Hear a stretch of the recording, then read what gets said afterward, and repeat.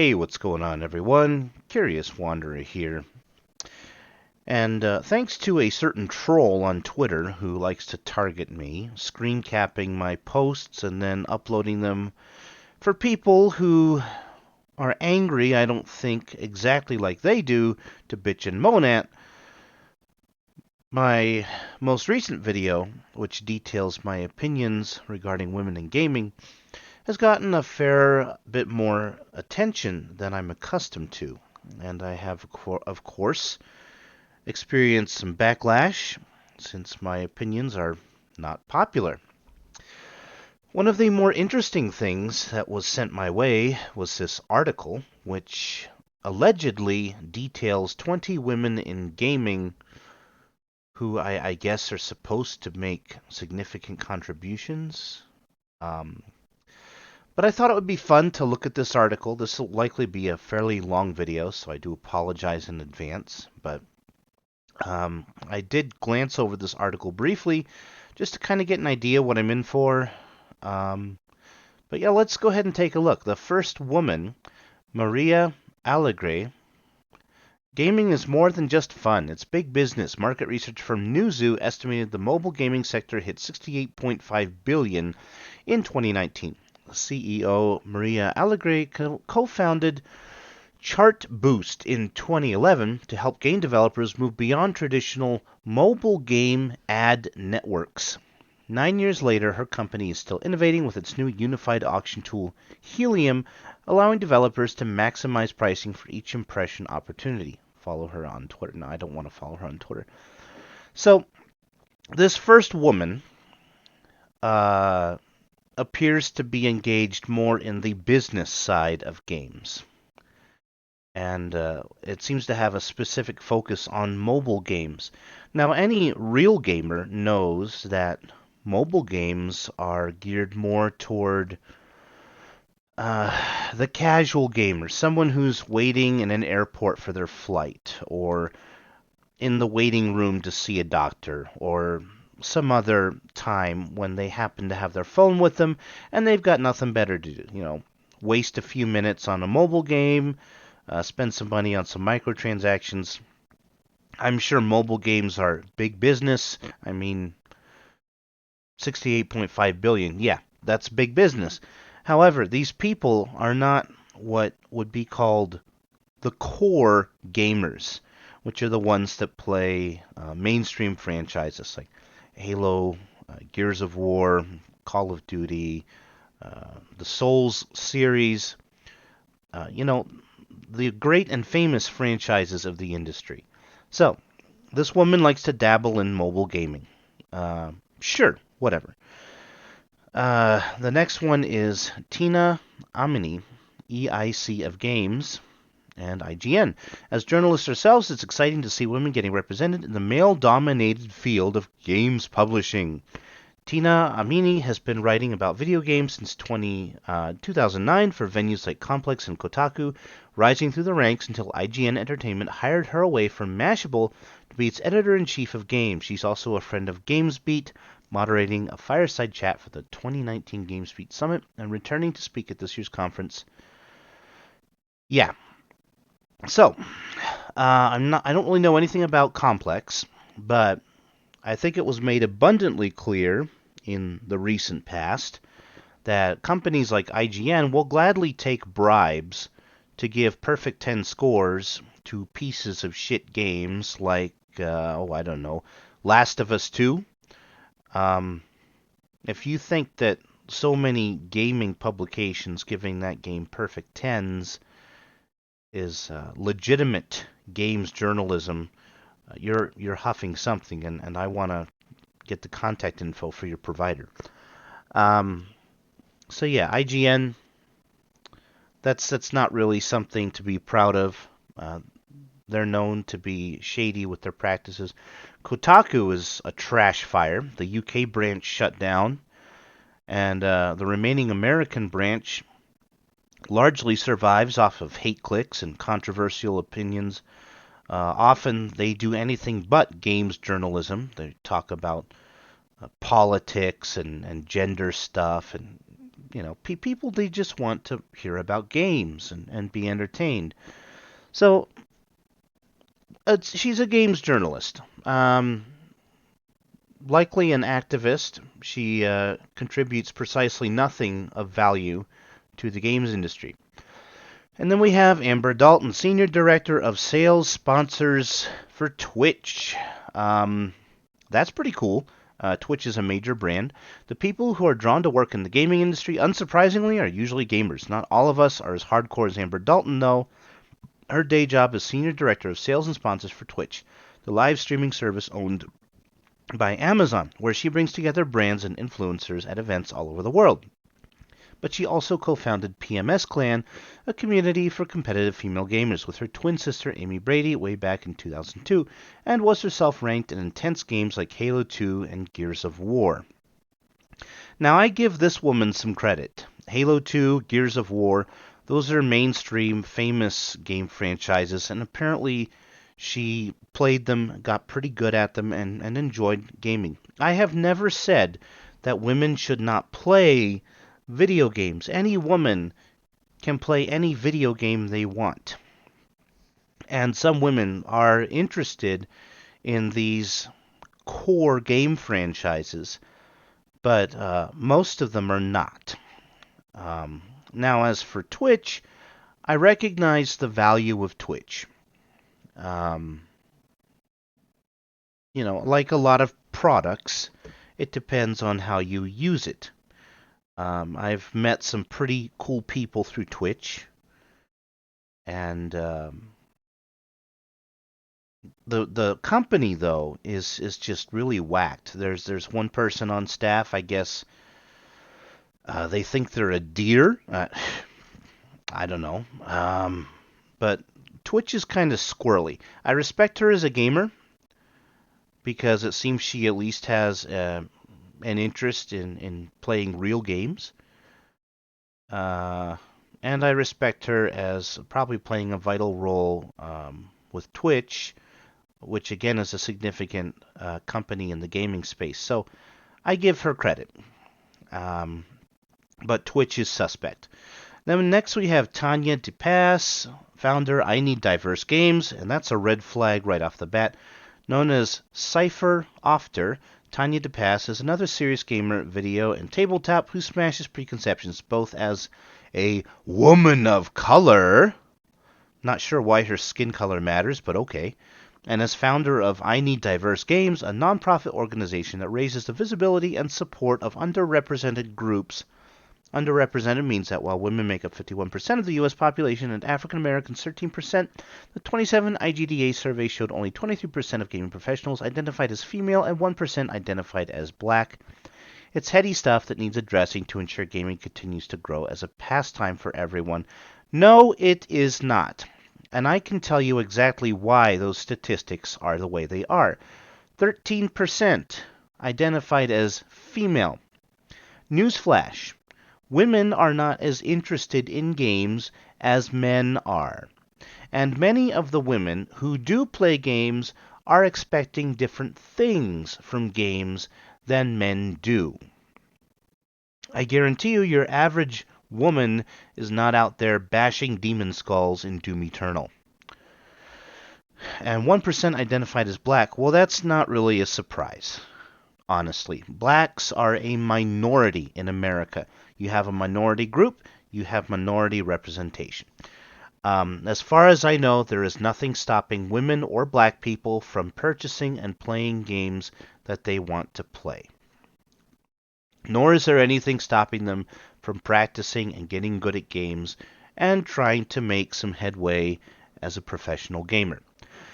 Next up, we have Kate Edwards, founder of Geography. Probably the only geographer on our list, Kate Edwards came to our attention as director of the International Game Developers Association from 2012 to 2017. After over a decade at Microsoft, where she founded the geopolitical strategy team, she struck out on her own in 2005. She founded the content culturalization consultancy Geography to advise game makers on how to go beyond localization to accommodate cultural and geopolitical concerns. Edwards also runs Global Game Jam, a game development hackathon. Okay, so here we have a woman who, once again, is not involved in the creation or development of any significant gaming franchises. This is all about cultural and geopolitical concerns in gaming.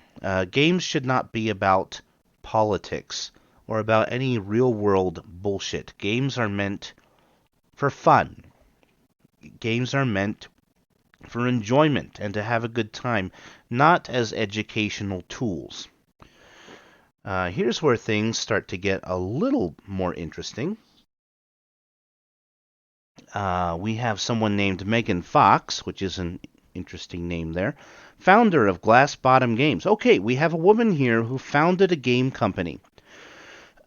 We love indie developers here, and a super fun crew called Glass Bottom Games caught our attention. Megan Fox leads a studio which specializes in cute and quirky games like Skatebird, yes, as in Tiny Hawk, and a pair of adventures starring Emma Jones, P.I., Spartan Fist, and Hot Tin Roof. The fuck? Fox has her own vision and executes it with polish and flair. Okay, let's have a look, shall we?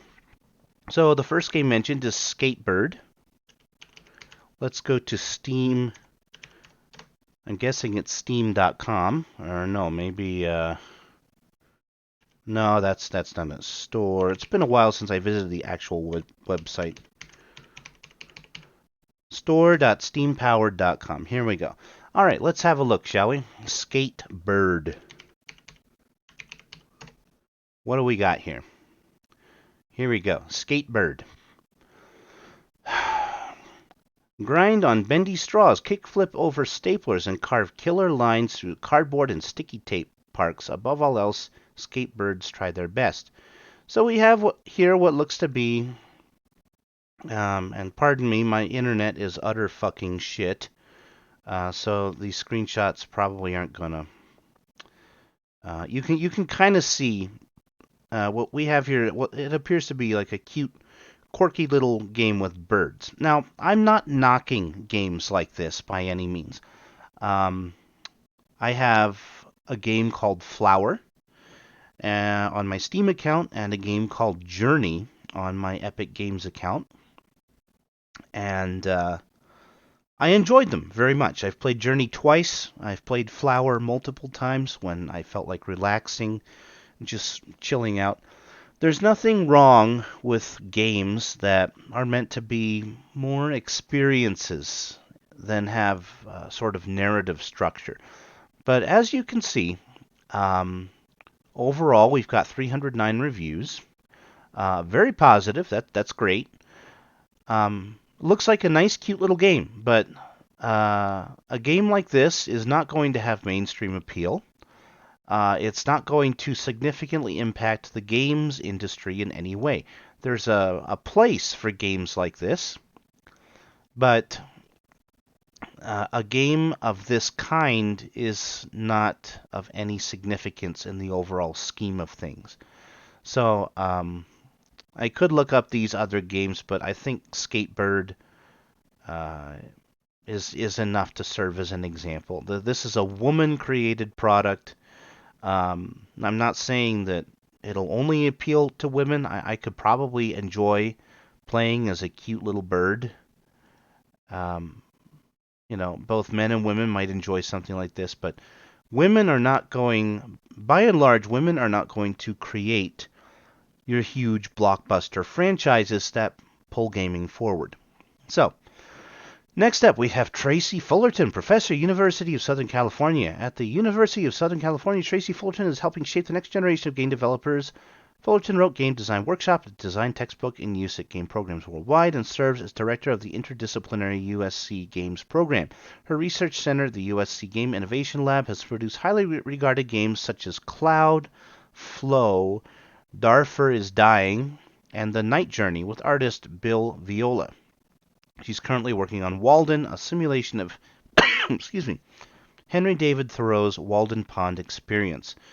Okay, so I have heard of Cloud and Flow. They're not on Steam as far as I know.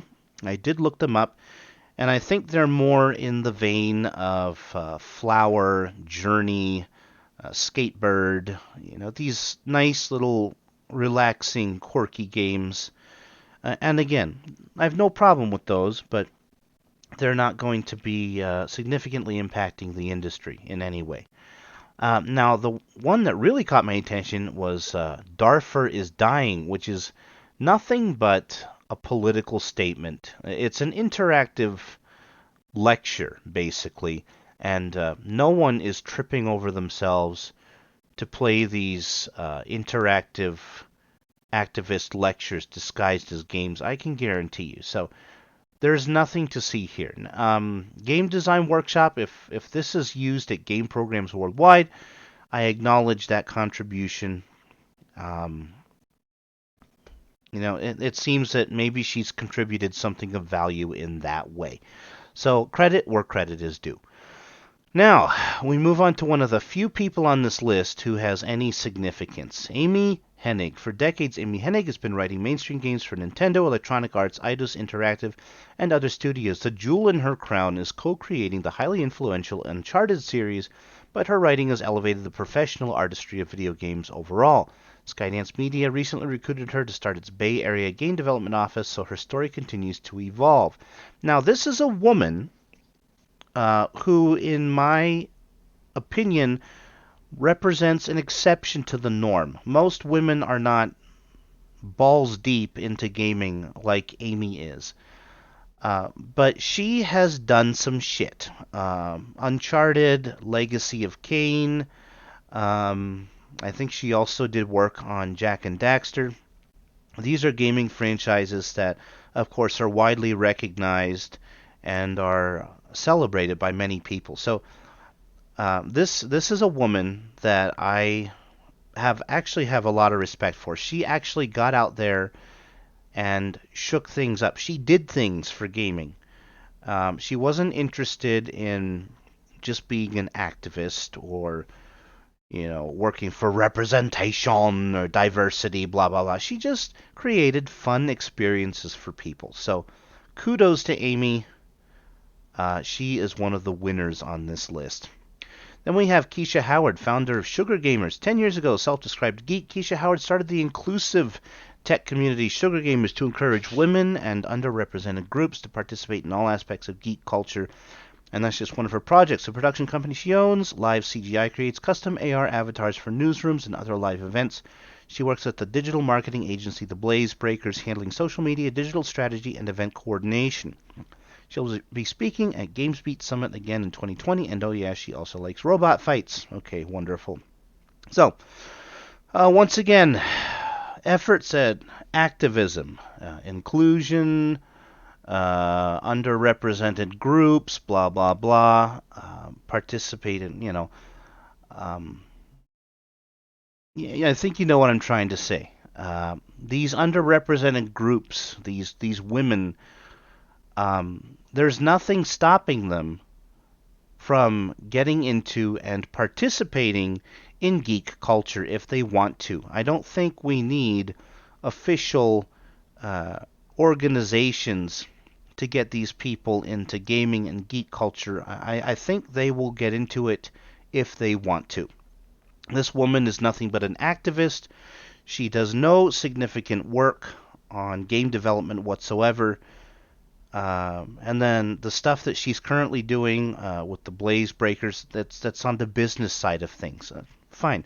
Men can do business stuff. Women can do business stuff. The fact that she's a woman doesn't mean jack shit here. And then we have Si-yeon Geguri Kim. I don't know if I said that right. Pro gamer, Shanghai Dragons, Overwatch League. Pro gamer Si-yeon Kim, known professionally as Geguri, absolutely owns Overwatch. In 2016, her mousework was so precise that fellow professional players accused her of using aim assist software. After she proved her talent in a monitored studio, she cleared her name and kept on. She signed with the Shanghai Dragons in 2018, becoming the first female player in the Overwatch League. Okay. As I have said, credit where credit is due. This woman decided to get into gaming. She became very good at it. She became recognized for her talent. Bravo. This is a woman who just wanted to play games because she enjoyed doing it. She got really good at it. She's not in gaming to change anything, as far as I know. She's just playing games. And next we have Nicole Lazaro, founder XEO Play slash XEO Design. Not many people have spent more time thinking about player experience design than Nicole Lazaro, who founded XEO Play to create social games that improve quality of life through play, and XEO Design to help others make games. And while she did design the first game for the iPhone, her real claim to history is research. Oh my gosh, research. By measuring player experiences using their facial expressions, she distilled the joy of gaming into what she calls the four keys. Um, four keys to Four keys to fun: hard fun, challenge; easy fun, curiosity; serious fun, excitement; and people fun, amusement. Understanding the gaming experience helps developers create better games. Okay, fair enough. This woman um, appears to be engaged in research that is designed to help developers better understand what gamers want. Okay, I don't know anything about the specifics of her work. I don't know if it's high quality or not. But great. It sounds like she's trying to contribute positively and help developers better target their audiences. So that's fine. Holly Liu, co-founder Kabam. When Holly Liu and her colleagues started their company, it focused on community apps, but when it switched courses to gaming, Kabam became a billion-dollar startup and a fat acquisition target. Liu was lead designer on its breakout hit Kingdoms of Camelot after Kabam was split up between Netmarble and Fox Next in 2017. Liu went to Y Combinator as a visiting partner. Recently, she joined the boards of game publisher Animoca and of the UC Berkeley School of Information. So, this is a woman who was the leader of a mobile game. Kingdoms of Camelot is a mobile game. And again, this is a microtransaction hell on the go title that is designed to squeeze users' wallets. This is the kind of game that you play in a waiting room or at the airport while you wait for your flight.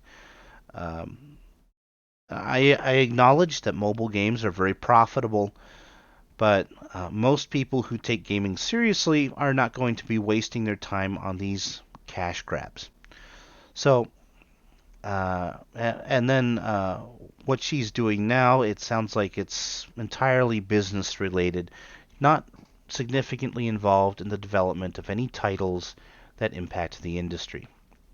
Next, we have Nika Noor, Executive Director, IGDA Foundation. After working in Rep. Eric Cantor's office, specializing in explaining technology to government types, Nika Noor switched to digital advocacy work for the industry, first at the Internet Association, then at the Entertainment Software Association, and now at the IGDA Foundation.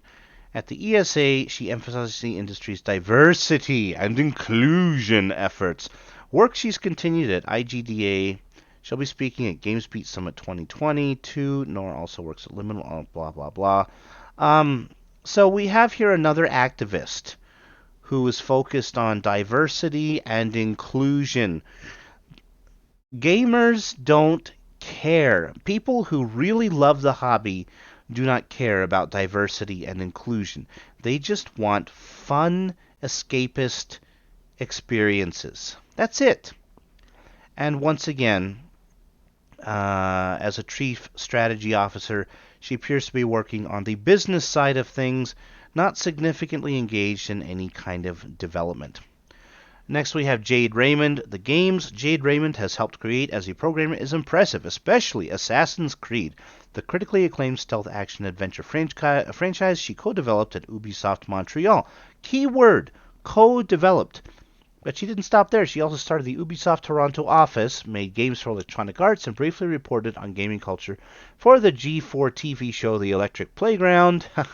We know what's going on at G4 lately. And when Google needed to build out its new gaming venture, it hired her as vice president and head of Stadia Games and Entertainment. And we know what happened to Stadia. Yeah. Whether that's because Stadia was poorly managed or because she's a woman, I don't know. But let's look up Assassin's Creed, shall we? Assassin's Creed. Who are the creators? Patrice something. French name, I'm guessing. Don't know how to pronounce it, not going to try. is a Canadian game designer best known for creating the Assassin's Creed series. He served as creative director for three of the most blah blah blah. The other one is Corey May. He did work on the series as well. Note the credit for Jade Raymond, best known for helping create the Assassin's Creed and Watch Dog franchises. So, she contributed to development. She might have even had some good ideas for the game. However, the series was conceptualized and development was led by a man. So it's not like that's any significant claim to fame. Women in game development, with a small exception, like Amy Hennig, for example, generally should be under the supervision of men because on their own they're not going to create any breakout hits. And again, that's typically what happens, but it's not always the case. All right, next we have Shaban Reddy, studio director, Media Molecule. Before she joined the small studio Media Molecule in 2006, Shaban Reddy produced titles for Criterion Games, including racing games Burnout 3 and Burnout 4, but it's at Media Molecule, which Sony acquired in 2010, where she really shined. The team makes PlayStation games that spark creativity, starting with Little Big Planet and its sequel, where you craft tools and solve puzzles and build levels of limitless imagination. The follow-ups Tearaway and Tearaway Unfolded share that same open-endedness, which the brand new title Dreams pushes into creation of entire games and art. Now, Shaban here is another woman on this list that I give credit to. She has apparently played prominent roles in these racing games. Little Big Planet, I know, got a lot of positive press, a lot of positive reactions from gamers. So, as I've said more than once already, credit where credit is due. Shaban has made significant and positive contributions as a developer to gaming. So, next we have Veronica Nicotine Ripley, co-founder Transmission Gaming. Oh boy, we know where this is going. Live stream gaming platforms such as Twitch have expanded the idea of esports beyond hardcore gamers and full-time professional players into a more casual and inclusive environment. But of course, online gaming is not always a positive place. Some people take out their frustrations on perceived safe targets online. That can be particularly fraught if your appearance and voice don't match expectations, as many a trans gamer knows. So a pair of gamers banded together to form Transition Gaming, a community of trans people dedicated to bringing positive depictions of trans people into the mainstream. The group now numbers over 2,000 people and participates in many fundraisers, including one with YouTuber H. Bomber Guy that raised over $300,000 for the British charity Mermaids. Co-founder Veronica Nicotine Ripley also runs the LGBTQIA-focused gaming publication Meowfesto. You know, if you are going to engage in multiplayer gaming, you need to be prepared to be trash talked. The world is not this safe, cozy place where people are going to respect you as a person. It is filled with cruel people who will target you for any reason, and this can come from men and be directed at women. This can come from women and be directed at men. Trash talking has always been a part of multiplayer game culture. And the more strange you are, the more odd you are, the more likely you are to be targeted.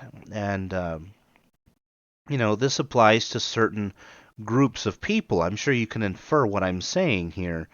But people like this comprise a very minuscule portion of the global population. Now, these are people who go against the norm willingly, and they open themselves up to all kinds of negative attention by doing so. And they have no one to blame but themselves for that. So, you engage in multiplayer gaming, you prepare to be shit-talked, you prepare to be trash-talked. That's just how it goes. If you don't like it, don't fucking play multiplayer. And this inclusion bullshit This activism. Oh my gosh. All right, next we have Bonnie Ross, head of 343 Industries, Halo, and Microsoft. Bonnie Ross is a Microsoft lifer. Starting in 1994 there as producer working on PC sports games. She's worked on many titles including NBA, Inside Drive, Zoo Tycoon, Dungeon Siege, Counter-Strike, Gears of War, Psychonauts, and Mass Effect. But her real claim to fame is leading the team for Halo, the blockbuster science fiction first-person shooter franchise, and expanding its reach to books and video games. Bonnie Ross is one of the few women on this list who have made significant contributions to gaming. Congratulations to Bonnie. She is a true gamer in my book because she's not engaging in activism. She's not trying to change the hobby from the inside out. She's just getting in there as a woman and making fun games for everybody to play. Not much more to say about Bonnie. Next we have Kelly Santiago, Head of Developer Relations, Niantic. While earning a master's degree in the interactive media program of the School of Cinematic Arts at the University of Southern California, Kelly Santiago produced a puzzle game Cloud with Genova Chen and a student team. Subsequently, she and Chen founded that game company upon graduating. She moved on to Google Play Games and now serves as Head of Developer Relations for Pokemon Go maker Niantic. She also co-founded Indie Fund, a group that invests in the development of independent video games, helping to keep the community thriving. Santiago will be speaking blah, blah, blah. Okay, so she's going to some event. That's great. Pokemon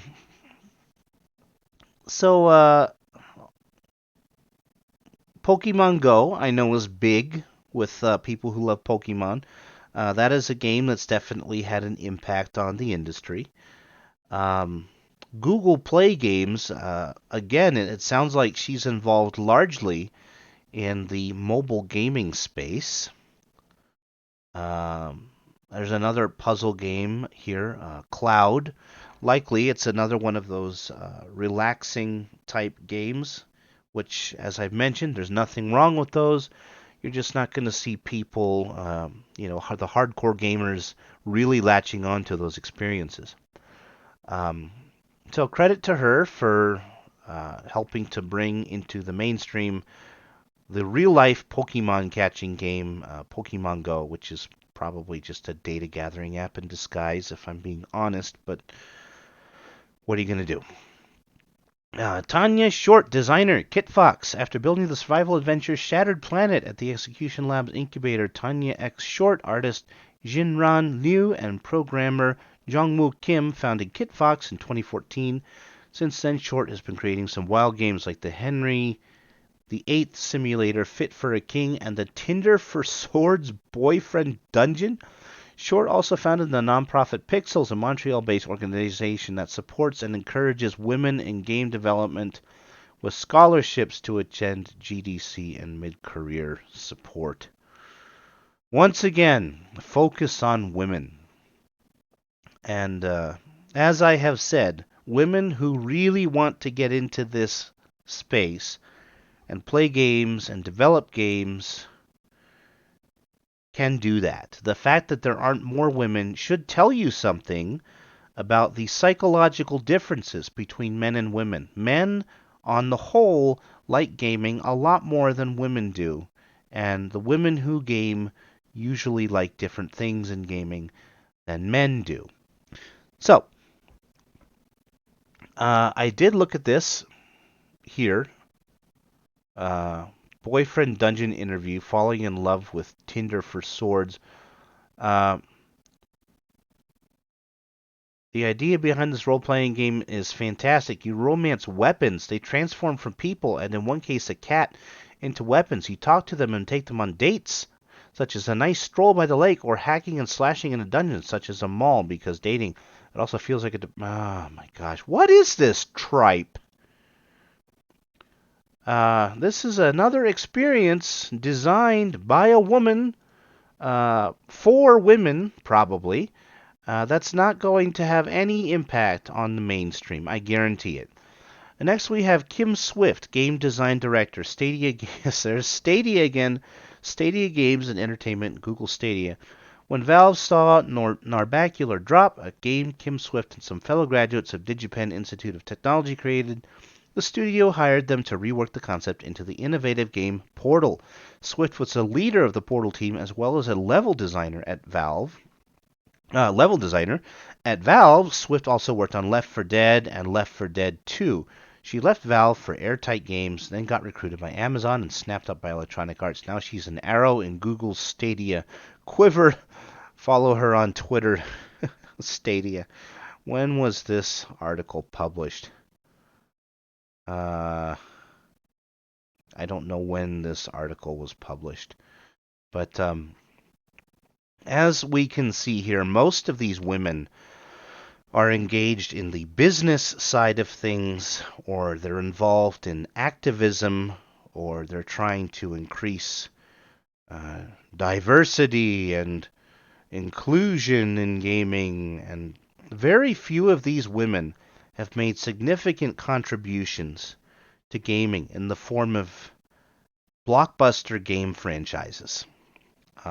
The only ones on the list that really made the cut were, I think, Shaban, what was her name? Bonnie, and Amy.